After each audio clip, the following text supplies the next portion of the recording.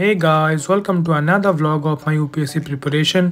आई hope आप सब अच्छे होंगे और आपकी तैयारी भी सही चल रही होगी। फिलहाल आप कौन से चैप्टर में और कौन सा टॉपिक पढ़ रहे हो जीएस के, वो मुझे कमेंट सेक्शन में बताना। आई होप कि आपने सारे जीएस के टॉपिक कवर कर चुके होंगे और उसको वापस से रिविजन करना भी चालू कर चुके होंगे।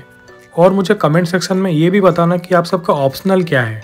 और अपना डेली रूटीन को फॉलो करो रेगुलरली और ज़्यादा टेंशन मत लो और देखना आप एक दिन सक्सेसफुल ज़रूर बनोगे। हर दिन की तरह आज ही मैंने सुबह उठ के पहले ब्रेकफास्ट कंप्लीट किया, फिर उसके बाद मैं पढ़ने बैठ गया अपना न्यूज़पेपर। तो चलिए डिस्कस करते हैं आज के न्यूज़पेपर के एक्सप्लेन वाले पेज में अच्छे वाले आर्टिकल्स क्या हैं। पहला आर्टिकल है scientist discover ultra black Brazilian velvet ant. और ये वेलवेट एंट के सबसे मेन चीज़ ये कि ये मोस्टली एंट नहीं है, ये एक वास्प है और इनका नाम एक फ्लफी एक्सटीरियर से आता है। और साइंटिस्ट ने मोस्टली ये बोला है कि जो फीमेल वेलवेट एंट के जो ब्लैक पार्ट है वो मोस्टली अल्ट्रा ब्लैक है। In nature some blacks are blacker than others. The ultra black pigmentation is rare in the animal kingdom. Lopez team was trying to uncover different mechanisms of color production in insect when it realized the velvet ant was unique. Female velvet ant के ऊपर जो ultra black marking है वो visual light के अलावा भी सारे ultra violet light को ऑब्जर्व करता है। एक और न्यूज़ है कि the centre has extended a special subsidy of ₹3,500 per tonne on diammonium phosphate. और सारे जेल में जो कास्ट बेस्ड डिस्क्रिमिनेशन होता है उसको रोकने के लिए सेंटर ने अभी मॉडल प्रिजन मैनुअल में चेंजेस किए हैं। एक और इकोनॉमी वाले पेज में न्यूज़ है जैसे कि government planning to ramp up food testing infra to boost exports. अगर आपको ऐसे ही डेली करंट अफेयर जानना हो तो मैंने आपके लिए नया शॉर्ट्स का सीरीज़ लेके आया हूँ, जिसमें आज मैंने अपलोड किया है कुंभलगढ़ वाइल्ड लाइफ सेंचुरी। आप जाके उसको देख सकते हो। तो आज के न्यूज़पेपर में बस इतना ही था और इसको कंप्लीट करके मैंने थोड़ा ब्रेक लिया, फिर उसके बाद मैंने चालू किया पढ़ने अपना एनवायरनमेंट एंड इकोलॉजी। इसमें मैंने पहले किया है urban development and disaster resilience, जैसे कि vulnerability of Indian cities and what is disaster resilient city, then initiative and mechanism for developing urban disaster resilience, then इसके सारे challenges in building disaster resilience in Indian cities. उसके बाद किया है landslides. A landslide is a mass movement of material such as rock, earth और debris down a slope under the influence of gravity. और पहाड़ों के जो सारे स्टीप इंक्लाइन है वो मोस्टली लैंडस्लाइड के लिए बहुत वल्नरेबल है। उसके बाद सारे step taken by the government to mitigate the landslides हैं। और हिमालय रीजन और वेस्टर्न घाट रीजन में लैंडस्लाइड कैसे होते हैं, उसके सारे वेराइटी क्या है उसके बारे में है। और लैंडस्लाइड के टोटल 5 क्लासेस होते हैं, जैसे कि very high, high, medium, low and very low. बस आज के एनवायरनमेंट एंड इकोलॉजी में यही 2 चैप्टर किए हैं, क्योंकि ये चैप्टर थोड़ा बड़ा था और इसको पढ़ के इसका की नोट भी बनाना था।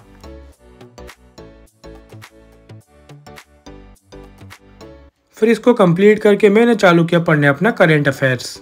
इसमें आज मैंने किया है इकोनॉमिक्स वाला चैप्टर। इसमें आज मैंने पहले किया है prevention of money laundering act. ये एक्ट 2003 में इनागुरेट हुआ था and it has 3 main objectives, जैसे कि to prevent and control the money laundering, to confiscate and seize the property obtained from the laundered money, then to deal with any other issue connected with money laundering in India. This act was amended by the Prevention of Money Laundering Act 2009. Then major provisions of the act prescribe obligation of banking companies, financial institutions, intermediaries for verification and maintenance of record. Then Prevention of Money Laundering Act empower the Directorate of Enforcement to carry out investigation in case involving offense of money laundering. It also envisages setting up of a adjudicating authority to exercise jurisdiction. उसके बाद किया Economic Advisory Council to the Prime Minister. It is an independent body constituted to give advice on economic and related issues to the Government of India, especially to the Prime Minister. The role of Economic Advisory Council to Prime Minister is advisory in nature and not binding on government. It also plays an important role in fostering greater economic understanding and awareness among the public. It is headed by a chairperson and consists of eminent members. It is supported in its function by a team of officials and administrators. Then किया Indian Council of Social Science Research. It was established in the year 1969 by the Government of India to promote and fund research in the social science in the country. It was established on the recommendation of Professor V.K.R.V. Rao Committee. It is an autonomous organization working under the aegis of Department of Higher Education and Ministry of Education. It provides grant for project, fellowship, international collaboration, capacity building, survey publication, etc. to promote research in social science. Then किया Foreign Contribution Act. It is a law enacted by Parliament to regulate foreign contributions provided by certain individuals or associations to NGOs and others within India. It was originally enacted in 1976. The act falls under the purview of Ministry of Home Affairs. The foreign contribution means the donation, delivery and transfer made by any foreign source of any article, any currency and any security. Then Press Council of India. It was first set up in 1966 by the Parliament on the recommendation of the first Press Commission under the chairmanship of Justice J.R. Mudholkar. The present council functions under Press Council Act 1978. It is a statutory quasi-judicial body that acts as a watchdog in the press in India. It consists of a chairman and 28 other members. Then किया है Solar Energy Corporation of India.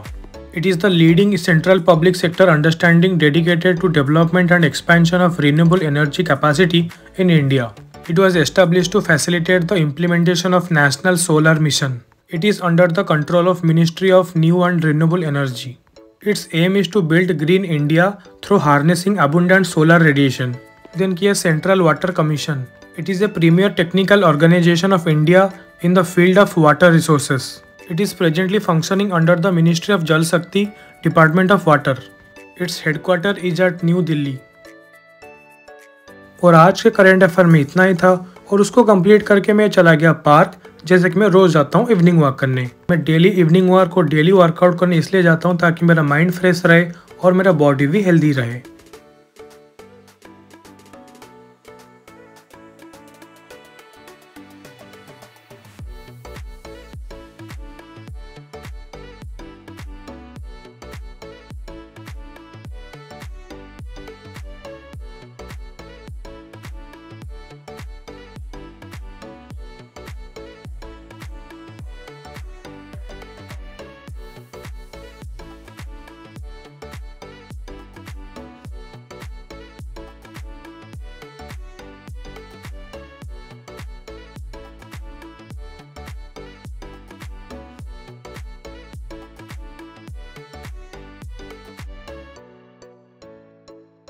फिर park से मैं आ गया घर वापस। उसके बाद घर में आके मैं थोड़ा चाय बना के पिया। फिर उसके बाद मैं पढ़ने बैठ गया अपना ऑप्शनल, जो कि है एंथ्रोपोलॉजी। इसमें मैंने किया 7.1, जो कि है exploitation and deprivation of schedule caste and constitutional safeguards, जैसे कि socio economic disparity of schedule caste, then problems of exploitation and deprivation of schedule caste, जैसे कि social disability and economic disability, educational disability, then political deprivation, then constitutional safeguards for scheduled caste, जिसमें पहले है protective safeguard under article 15, 16, 17, 18, 23, 29 and 30. Then है developmental safeguards. It include article 46, 338, 339 and 335. Then political safeguards, which include article 330, 332 and 243D. Then reservation of seat for scheduled caste in Panchayat under 11th schedule. Then reservation of seat for scheduled caste in urban local bodies under 12th schedule.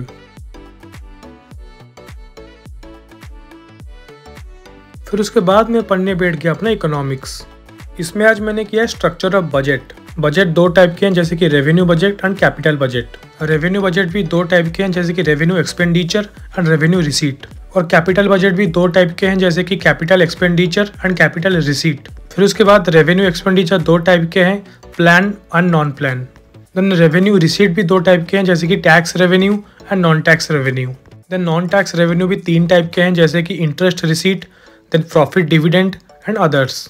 ठीक वैसे ही capital expenditure दो type के हैं, plan and non plan. वैसे ही capital receipt तीन type के हैं, जैसे कि recovery of loans, disinvestment and borrowing. Then revenue deficit equal to revenue expenditure minus revenue receipt. Then effective revenue deficit equal to revenue deficit minus grant for the creation of capital asset. Then fiscal deficit equal to total expenditure minus total receipt. और ये जो total receipt है वो only non debt receipt है। Economics के लिए आप daily newspaper पढ़ो और एक कोई सा स्टैंडर्ड बुक उठा के पढ़ो। और अगर कुछ भी डाउट होते हैं तो आप मुझे कमेंट सेक्शन में पूछ सकते हैं। फिर इकोनॉमिक्स कंप्लीट करके मैंने चालू किया करने अपने डेली मॉक टेस्ट, जो कि मैं विजन ऐसे लगाता हूँ। डेली मॉक टेस्ट लगाने से मेरे को ये फ़ायदा मिल रहा है कि मेरा करंट अफेयर का नॉलेज भी स्ट्रांग हो रहा है और मेरा क्वेश्चन सॉल्विंग का कैपेसिटी भी स्ट्रांग हो रहा है। मैं भी सबको यही बोलूँगा कि आप भी डेली मॉक लगाओ और जो भी सारे क्वेश्चन गलत हैं उसको एक कॉपी में उसका सही आंसर लिख लो। यूपीएससी के लिए सबसे ज़रूरी है करंट अफेयर, क्योंकि आजकल के प्री और मेंस में करंट के रिलेटेड बहुत क्वेश्चंस आते हैं।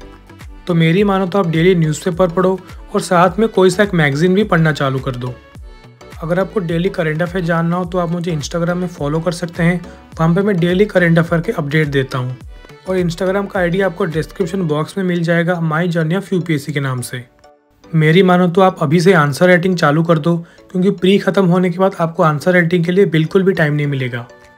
अगर आपका ऑप्शनल खत्म हो गया तो ऑप्शनल का भी आंसर राइटिंग चालू कर दो।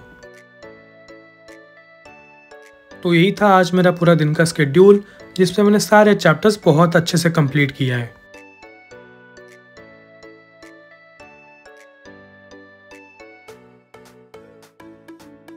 अगर आपको ये वीडियो अच्छा लगा हो तो प्लीज़ लाइक करें, शेयर करें एंड कमेंट करें। और डेली करंट अफेयर जानने के लिए मेरे इंस्टाग्राम के चैनल को भी फॉलो कर दें। तो आज के लिए बस इतना ही, और ऐसे वीडियोस देखने के लिए आखिरी में चैनल को सब्सक्राइब करना ना भूलिए।